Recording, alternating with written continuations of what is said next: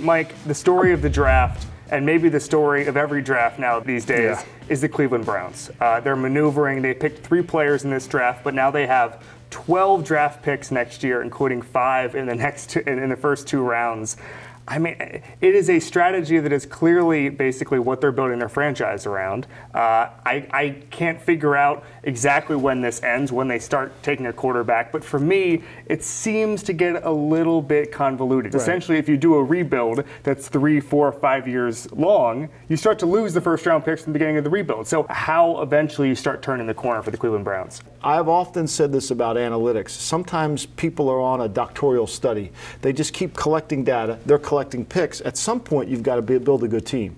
And I think, unfortunately for the Browns, that sometime is going to take even longer because they don't have a quarterback. Yeah, I mean, they got 3 really good players, 3 great athletes. I think Myles Garrett is the top player in the draft by a wide margin. If you were going to have to take a quarterback for the Browns this season, what would you have done? I would have taken Watson. I think he was the perfect guy for him. Look, this is 2 years in a row now. They've traded away from a quarterback. They traded away from Carson Wentz to get those beloved draft picks you talked about in the beginning.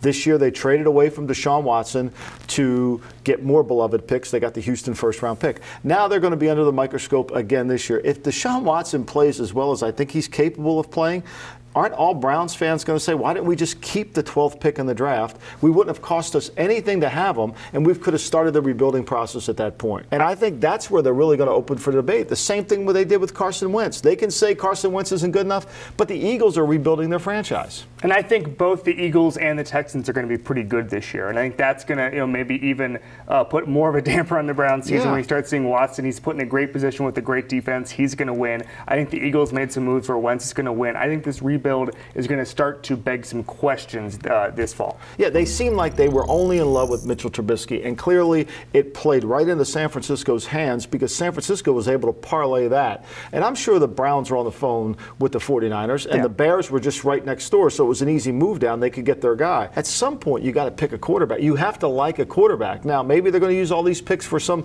top quarterback that comes out next year. Who knows? But it's another year behind. I liked Watson. I think they should have picked Watson, but they obviously didn't care for him. They didn't like Wentz either. I think this is going to come back and haunt them.